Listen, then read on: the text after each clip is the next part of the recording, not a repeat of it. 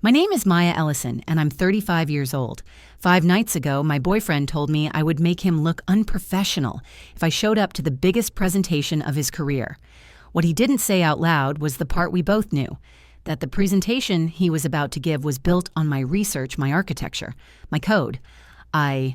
I'm a business intelligence specialist.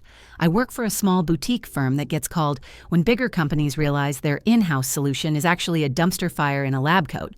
I like messy systems and clean outcomes.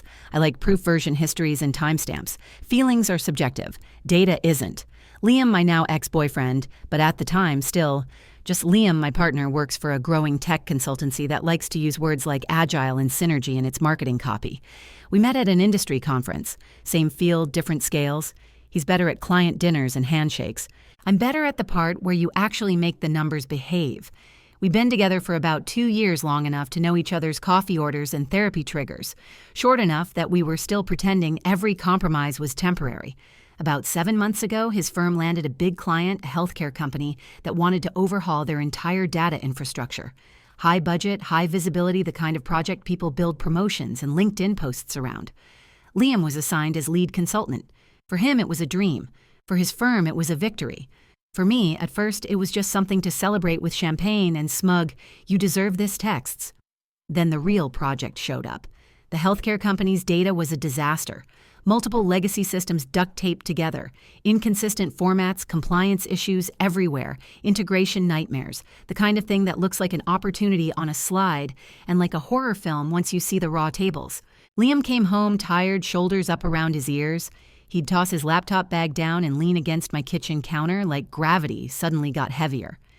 "This project is going to kill me," he said one night, rubbing his eyes. "I'm supposed to be the technical lead, but this is bigger than I expected." Bam. "Walk me through it," I said. "You'll feel better if you say it out loud." He did. I listened. I asked questions. I started sketching on a napkin. By the time his takeout was cold, we had the outline of a new architecture that might actually work. "It's good," he said, staring at the mess of arrows and boxes. "Maya, this is really good." "Then use it." I shrugged. "We can refine it tomorrow." It started like that.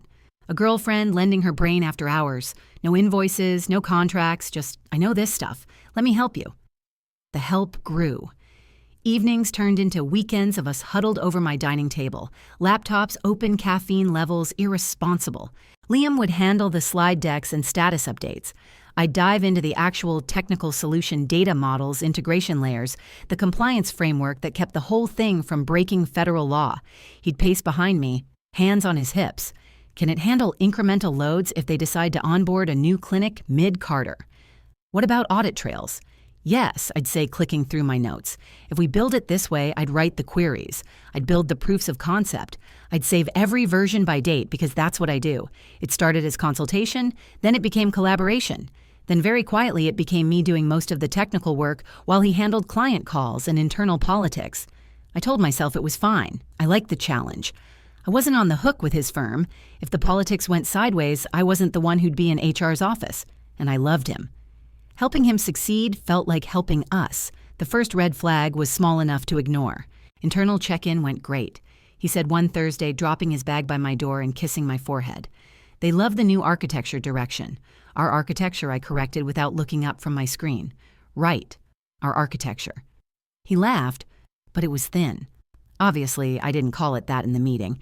You know how it is. I'm the one in the room. They need to see me as the technical lead. Something in my chest pinched. "So how did you present it as my proposed solution?" But he held up his hands when he saw my face. "Maya, come on. If I start saying my girlfriend built this to my bosses, they'll ask 1,000 questions. Why did I need outside help? Did I misrepresent my skills? Am I delegating core deliverables off the books? It gets messy." "It's the truth," I said. "It's politics," he countered. "I'll make it up to you, okay?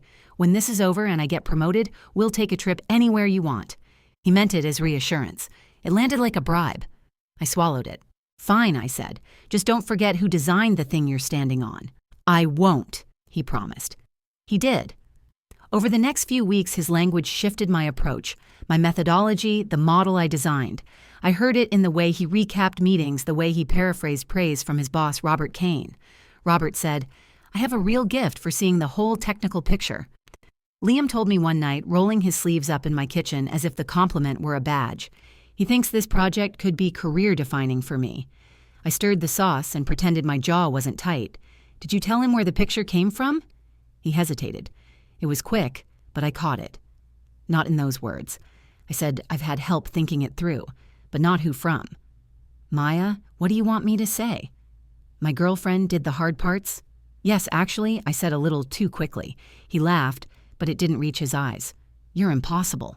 The thing about being thorough is that you don't have to decide in the moment whether you'll need proof later. You just keep it. Every script, every diagram, every email where I'd send him a model and he'd respond, "This is perfect. I'll present it tomorrow." I hadn't planned to use any of it.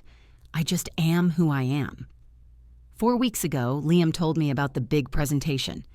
"This is it," he said, dropping onto my couch laptop balanced on his knees. "Final recommendations to the client's executive team and some board members. Friday afternoon. If I nail this, Robert basically has to promote me." He looked excited and terrified at the same time. "You'll nail it," I said. "You know the material." "I know it because you explained it to me," he said, half smiling, half grimacing. "That's what scares me. What if they ask something insanely technical and my brain just empties?" "You've been living in this architecture for months," I reminded him. "You can answer their questions." He bit his lip. "Would you maybe come sit in the back? Just knowing you're there would help." "Of course," I said. "If you want me there, I'll be there." At the time, I believed him. Fast forward to the night before the presentation. Thursday. The sky outside my apartment was ink black by 6. The glow from our screens made the living room feel smaller, like the walls were listening. We were at my dining table. His slide deck opened, my notes scattered. I was walking him through the trickiest parts of the integration strategy. One more time. "I think I'm as ready as I'm going to be," he said, leaning back and cracking his neck. "If I see another bullet point, I'll start hallucinating." "You're going to be fine," I said. "Just remember the story. Messy legacy systems, clean new pipeline, measurable gains. Keep it simple. You know the details if they push." He watched me for a moment. "You're still planning to come tomorrow, right?" "If you want me to," I said, "you tell me." He hesitated. I felt it before he spoke. A tiny drop in temperature.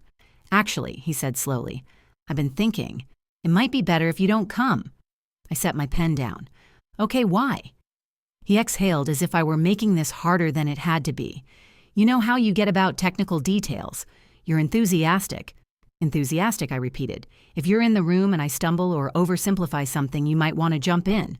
Or I might look at you for backup. And to everyone else, that'll make me look like I don't know my own material. It could undermine my credibility as the lead." "I wouldn't interrupt your presentation, Liam." "Not on purpose," he said quickly. "I know you'd be trying to help, but perception matters. And if people realize how much help I've had from you, it could make me look less capable, less professional. There it was not even dressed up nicely." "You don't want me at your presentation," I said slowly, "because you're afraid someone will figure out I did the work you're about to take credit for." "That's not what I said. It's what you meant." He looked away. "Maya, I've worked on this too. I've been the one dealing with the client, managing expectations, and I've been the one building the thing you're selling. I cut in the architecture, the models, the compliance framework. You know that." Silence stretched between us tight as a cable. "I thought you wanted to help me," he said finally, his voice small in a way that used to make me soften. "I did." I said, "I do. But there's a difference between helping you and doing your job while you pretend you did it." His jaw clenched. "So what do you want me to introduce you to the client as my secret weapon? Hand you the mic in front of my boss and say, 'Surprise, my girlfriend built all this. I want you to stop erasing me,'" I said quietly. "That's all." He shook his head. "Just don't come tomorrow. It's safer for both of us." "For both of us," I repeated, tasting the lie. He shut his laptop. "I need to sleep. Big day." He kissed my cheek like we hadn't just torn something fundamental. Then he left the door closing with a soft final click. The apartment felt wrong after he was gone. Too quiet. The dishwasher hummed in the background. My monitor still showed an open schema diagram. I sat back down at the table staring at the web of boxes and arrows I'd drawn. The system that would carry his name tomorrow. For the first time since this started, I let myself fully see what was happening. This wasn't support. This wasn't partnership. This was my work, my expertise, wrapped in his name. And he wanted me invisible so no one could see the seams. I opened a new folder on my desktop and named it something Utilitarian Healthcare Project Documentation. Then I started gathering everything. I didn't sleep much. I'd like to say I tossed and turned, but mostly I lay on my back staring at the faint glow of the router in the corner, replaying every sentence Liam had said. "You'll make me look unprofessional. It's safer if you're not there for both of us." The dishwasher clicked over to off-peak at 12:00 a.m. because months ago I told it to. My systems ran. My code behaved. The only variable out of control was the man who wanted to stand on my work without my name anywhere near it. By morning, something inside me had moved from hurt to clarity. I made coffee, sat at my desk, and opened the folder I'd created the night before. Healthcare project documentation, Clear's throat, was all there. Every schema diagram, every set of queries, every architecture draft from ugly napkin scribble to polished flowchart email chains where I'd written, "Here's the revised integration approach. This should solve the audit trail issue." And Liam had replied, "Perfect. I'll present this to Robert." I hadn't collected it as ammunition. I'd collected it because that's who I am. Someone who can tell you exactly when a decision was made and which version of a model fixed which bug. Now, for the first time, I saw it as something else, a record of truth. I started compiling. It took hours, but not because I was disorganized. It took hours because I decided to be meticulous. I grouped everything into sections: technical architecture, integration models, compliance framework, performance analysis. Each file had timestamps. I added a brief explanation at the start of each section describing what the work represented and how it had evolved. When I was done, I looked at the document over 120 pages of proof. My fingers hovered over the keyboard as the question finally formed clearly enough to answer. If Liam is willing to pretend I don't exist, am I willing to pretend this is okay? No. I opened my email and started a new message to Robert Kane at subject Healthcare Infrastructure Project, Technical Contribution Context. For a long time, the cursor blinked in the empty body of the email. I could hear my heart in my ears. Then I started typing. "Robert, I hope this doesn't come across inappropriately, but I wanted to share some information about the Healthcare Data Infrastructure Project before today's presentation. I've been providing significant technical assistance to Liam on the architecture models and compliance framework over the past several months outside of any formal relationship with your firm. Attached is documentation of my work. This isn't about taking credit away from Liam, but I believe you should have the full picture of how the technical solution was developed before making decisions about project outcomes or promotions. I'm available to answer questions if needed. Best, Maya Ellison." I reread it 3 times. It didn't sound vindictive. It sounded factual calm. I attached the file. My hand shook just enough that I had to reposition the mouse. At 10:00 a.m., I clicked send. The email left my outbox with a soft whoosh. I felt in my bones. For the next 2 hours, I existed in a limbo made of notifications that weren't his. Promo emails, calendar reminders, a Slack ping from a client about a completely different project. The world went on unaware that I had just dropped a match into Liam's carefully built narrative. At 11:15 a.m., my inbox chimed with a new message from Robert Kane. Subject RI Healthcare Infrastructure Project, Technical Contribution Context. Maya, thank you for bringing this to my attention. I've reviewed the documentation you attached. Very thorough work. Would you be available to attend the presentation this afternoon at our downtown office? I think your perspective would be valuable. Best, Robert. I stared at the screen. He didn't sound angry. He didn't sound dismissive. He sounded interested. My fingers moved before my fear could talk me out of it. Yes, I can be there, Maya. I didn't tell Liam. If he wanted me invisible, he could enjoy the surprise of my being in the front row. The downtown office looked exactly like the kind of place that needs people like me to fix what's under the hood. Tall glass-polished floors, an elevator that chirped softly as if it had nothing to hide. I arrived at 1:50 p.m., checked in at reception, and received a visitor badge with my name printed in neat in different letters.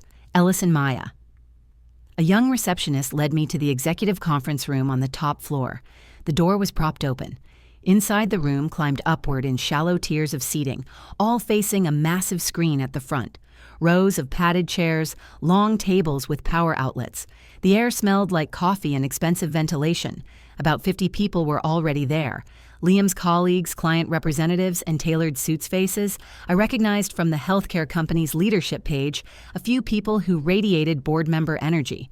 Near the middle of the front row, Robert Kane sat with a tablet in front of him. Early 50s careful posture, the kind of calm you only get from handling crises for a living. When he saw me, he stood and leaned slightly forward over the table. "Maya," he said. "Yes." My voice came out steadier than I felt. "Thank you for coming." His tone was neutral in the way that made me think he was actively choosing every word. "Please have a seat." He gestured to an open chair in the front row a few seats away from him. It was a position that said guest, but also witness.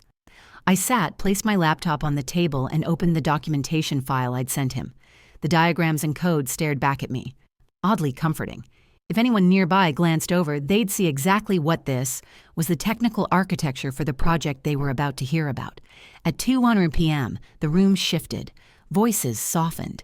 People straightened in their chairs. Liam walked in. He was in his best navy suit, the one I'd helped him choose for serious meetings. His tie was knotted perfectly. Under the fluorescent lights, he looked polished, confident, the version of himself he liked best. He was laughing at something a colleague said when he stepped up to the front of the room. He set his notes on the podium, exhaled, and turned toward the audience with his practice presentation smile. Then he saw me. It was instantaneous. His eyes landed on my face, then dropped to my laptop screen, then flicked to Robert sitting a few seats away. All the color drained from his face. His smile faltered, then tried to reassemble itself, and failed. I watched the exact moment he understood that the ground under his feet had changed. "Hi, everyone," he began. His voice cracked on the second word. He cleared his throat, forcing casualness. "Thanks for coming today. I'm going to present our final recommendations for the healthcare data infrastructure project." He looked at me again, just a flicker, but desperate. I kept my expression neutral. Over the past 7 months, he launched into his script. "My team and I have been working on." He stopped. His eyes dropped once more to my open laptop. I saw the recognition. Diagrams he'd presented, models he'd claimed, all under my name. Robert stood. "Liam," he said calmly, "before you begin, I think we need to clarify something about the project's technical development." The room went very still. Every head turned toward Robert, then toward Liam. You could feel the mood shift from routine presentation to something else, something people would be talking about later in low voices. "This morning," Robert continued, "I received documentation from Ms. Ellison here." He gestured to me, showing extensive technical contributions to the architecture and models you're about to present. Contributions that haven't been previously disclosed. His gaze stayed steady on Liam. "Can you explain the nature of her involvement?" Silence pressed against my ears. Liam opened his mouth, closed. It swallowed. "Maya is my girlfriend," he said finally, his voice smaller now. "She's helped me, think through some of the technical aspects, just in formal support." Robert repeated, glancing down at his tablet. "According to these records, she developed the core data architecture, created the integration models, wrote the compliance framework, and produced the performance analyses. In other words, the technical solution you're about to present as your own." A ripple moved through the room. Shifts in chairs, exchanged glances, one quiet wow quickly suppressed. "I manage the project," Liam said quickly. "I've been handling the client relationship, the internal coordination, and that's important," Robert said. "But we have a serious issue if an outside party not employed by our firm developed core deliverables for a client project without our knowledge contracts or IP agreements." He let that hang in the air. My heart was pounding, but my hands were steady on the laptop. Liam's eyes found mine again, and this time there was accusation in them, like I was the one who dragged him onto thin ice instead of just refusing to drown quietly under it. "You sent him that file," he said, "not really a question." "I did," I answered. "Why?" The word came out like an accusation and a plea tangled together. "Because you asked me to stay away," I said evenly. "Because you told me I'd make you look unprofessional if anyone realized how much of this work came from me. I decided Robert deserved to know whose solution he was about to hang his firm's reputation on. That's not fair," he snapped, panic bleeding through his composure. "We collaborated." "You never called it that in your meetings," I cut in. My voice was calm, but inside I felt something sharp and clean, like the edge of a decision. "You took my models and called them your methodology. You took my analyses and called them your insight. That isn't collaboration, Liam. That's plagiarism with better lighting." A few people in the second row looked anywhere but at us the way bystanders do when they know they're watching something intimate and ugly. Robert cleared his throat. "We'll need to pause here," he said, addressing the room. "Given what's come to light, this presentation is postponed until we've had time to fully review the situation." He turned back to the audience of executives and board members. Thank you all for coming. We'll reschedule once we've clarified the project's development and IP status. Chairs scraped back. People began to stand, some annoyed, others clearly intrigued. Conversations broke out in low, buzzing clusters. As the room emptied, Robert walked over to me. Ms. Ellison, he said quietly, thank you for coming forward. Would you be willing to stay for a meeting with me, Liam, our legal counsel and HR, to discuss this in more detail? Yes, I said, I'm willing. Liam just stared at me as the last of the executives filed out like he was trying to memorize the face of the person who had just rearranged his entire career trajectory. The truth was, I'd simply stopped letting him edit me out of the story. The walk from the conference room to the smaller executive meeting room felt like the longest, quietest hallway in the world. Liam trailed a few steps behind me, as if unsure whether standing closer would make him look guiltier or more betrayed. He kept opening his mouth like he wanted to whisper something, but every time he caught sight of Robert or the HR rep walking ahead, he closed it again. The meeting room door clicked shut behind us. Inside a long glass table, 4 chairs on each side, a picture of water with glasses. No one touched the legal counsel already waiting, flipping through a printed version of my documentation. I took a seat on the left side. Liam sat across from me. Robert sat at the head. His snort's posture was calm, but his eyes were alert, calculating. All right, Robert said, folding his hands. Let's understand the scope of this. He nodded toward me. Maya, could you walk us through your involvement in the project from the beginning in your own words? I opened my laptop hand steady. Of course. And then I did what I do best, I explained. I walked them through the first model I helped Liam sketch on a napkin, the one he'd presented internally as his new conceptual framework. I pulled up the initial architecture diagrams, my diagrams showing how the legacy systems could be reorganized without breaking compliance protocols. I showed timestamps, version histories, code comments in my voice emails where Liam had said, "This is exactly what I needed. I'll share this with the team tomorrow." Every piece landed with quiet weight. Halfway through, Liam leaned forward, hands clasped tightly. She's making it sound like she did everything he said, his voice too loud in the small room. That's not what happened. Robert's gaze shifted to him. Then explain what did happen. Liam looked between us, between the evidence in front of him and the expressionless legal counsel beside Robert. It was partnership, he insisted. We were together. We've been working on this side by side for months. She's incredibly capable, and I relied on her. Yes. But I presented the work. I handled the client. I led the meetings. She's acting like she single-handedly built the entire system. I didn't raise my voice. I didn't need to. Liam, I said, you brought me your client's entire infrastructure problem and asked for help. You didn't delegate. You offloaded. Every technical component you presented was something I designed. You know that. His jaw clenched. I never said it was my work alone. You never said it wasn't, I replied evenly. Robert exhaled, rubbing the bridge of his nose. The legal counsel finally looked up from her stack of papers. Her voice was sharp and clinical. Let's be very clear about something. If Ms. Ellison created any portion of the core deliverables, and she is not an employee contractor or approved vendor for this firm, we have a significant IP breach. She glanced at Liam. Did you disclose her involvement? To anyone, at any time? Liam swallowed. I told my team I had help thinking through some concepts, but you did not disclose that she developed the technical architecture models or compliance framework. She said, not asking, stating he went quiet. Here's the problem, the legal counsel continued. If Maya owns the IP for these components, then your firm cannot legally present or use them. If you implied or stated that you created them, that's misrepresentation. Both scenarios expose us to risk. Liam's eyes flicked to me, pleading now, not angry. Maya, you're not trying to ruin my career, he said, voice trembling just slightly. We talked about this. You wanted to help me succeed. I did, I said softly. But helping you succeed is not the same as letting you take ownership of what I built. He flinched. Robert leaned forward. Maya, he said, I need to understand your intentions. What do you want here? Are you seeking recognition, compensation, legal action, a role at our firm? Something else. Everyone's eyes turned to me. For a moment, the room felt very small. I'm not looking to embarrass anyone, I said, and I'm not looking for revenge. I sent the documentation because I believed you should know what you were about to put your company's name on. Liam has been using my work as his foundation. That's not sustainable or honest." Robert nodded slowly. "Fair enough." The legal counsel tapped her pen. "Given the scope of your contribution, one solution is that we purchase the IP rights from you." Liam's head snapped toward her. "Wait, what?" she continued without looking at him. "We would compensate you, appropriately obtain full rights to the work, and draft an NDA to protect all parties. That would allow us to continue the project without legal risk." Robert glanced at me. "Is that something you'd consider?" I didn't look at Liam. His panic wasn't my responsibility. "Yes," I said, "depending on the compensation." A pause. Then negotiation began. It lasted 30 minutes.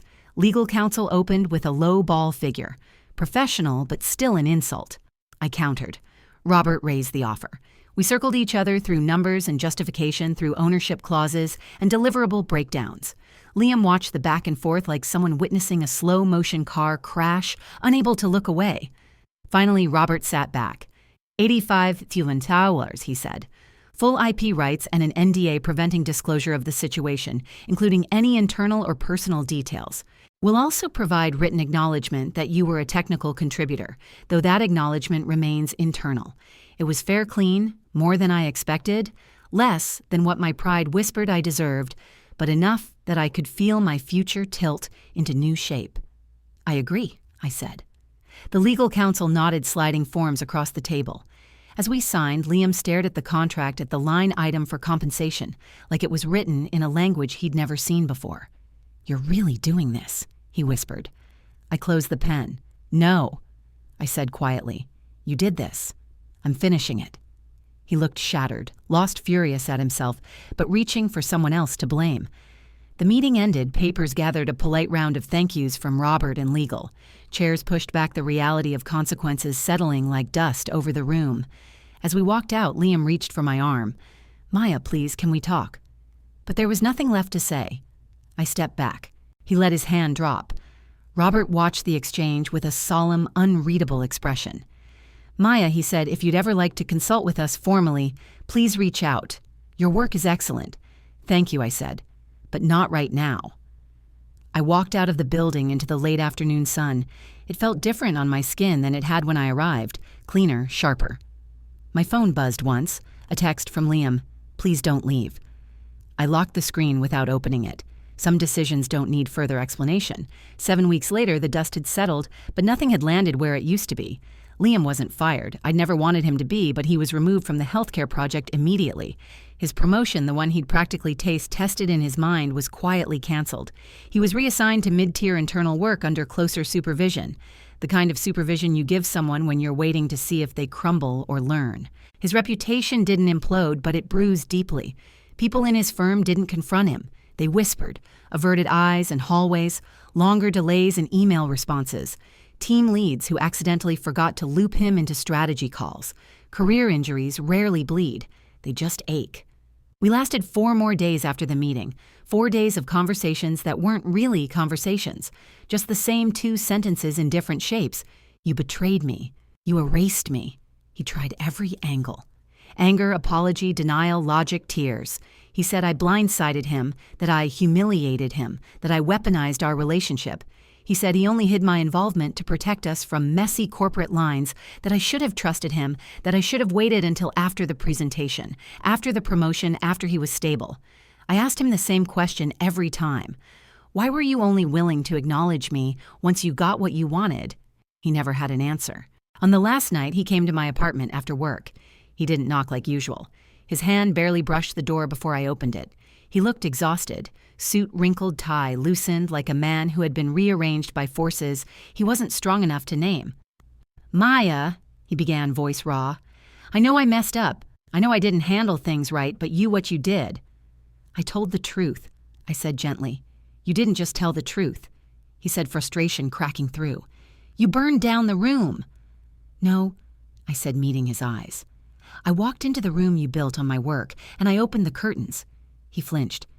"You could have talked to me," he said quietly. "Before you went to Robert, you could have given me that chance." "I tried," I said, "for months. Every time I asked you to acknowledge what I was doing, you minimized it. You said it was politics. You said it was complicated.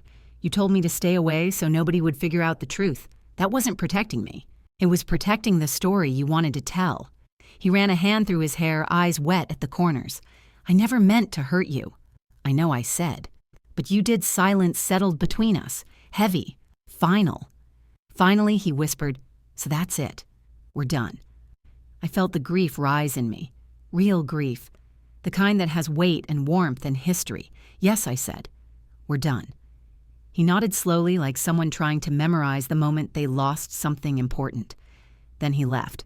He didn't look back. I didn't call after him. Sometimes closure is quiet.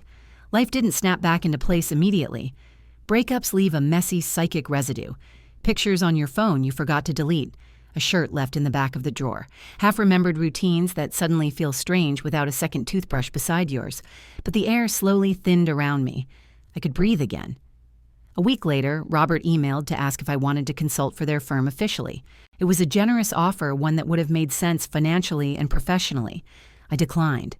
The entire situation left a taste in my mouth that felt like metal, sharp, unpleasant lingering.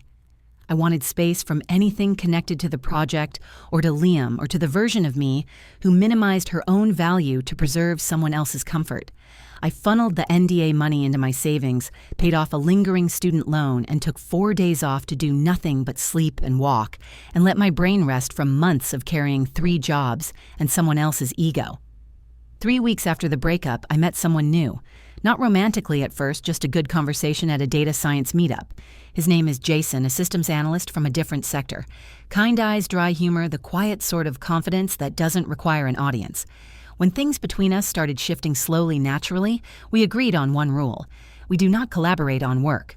Not even small things. Not even opinions on architecture. Not even, "Hey, can you look at this real quick?" Professional and personal stay. Separate completely.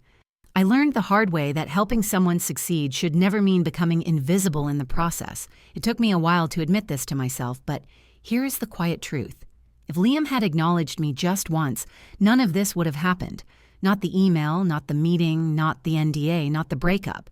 All he had to say was, "Maya helped me build this. I couldn't have done it without her." But he chose ambition over honesty, image over integrity, ownership over partnership. He wanted a career-defining victory. He got a career-defining lesson instead. And me, I got something better than a promotion or praise or credit. I got myself back. I got the reminder that silence is also a choice, one I don't ever have to make. Maybe you're listening to this and recognizing a part of yourself in my story. If you've ever been overlooked, silenced, or had your work taken for granted, I hope this reminded you that your voice matters. Share your story or your feelings in the comments and tell me where you're watching from. Your words help shape the next videos we create together.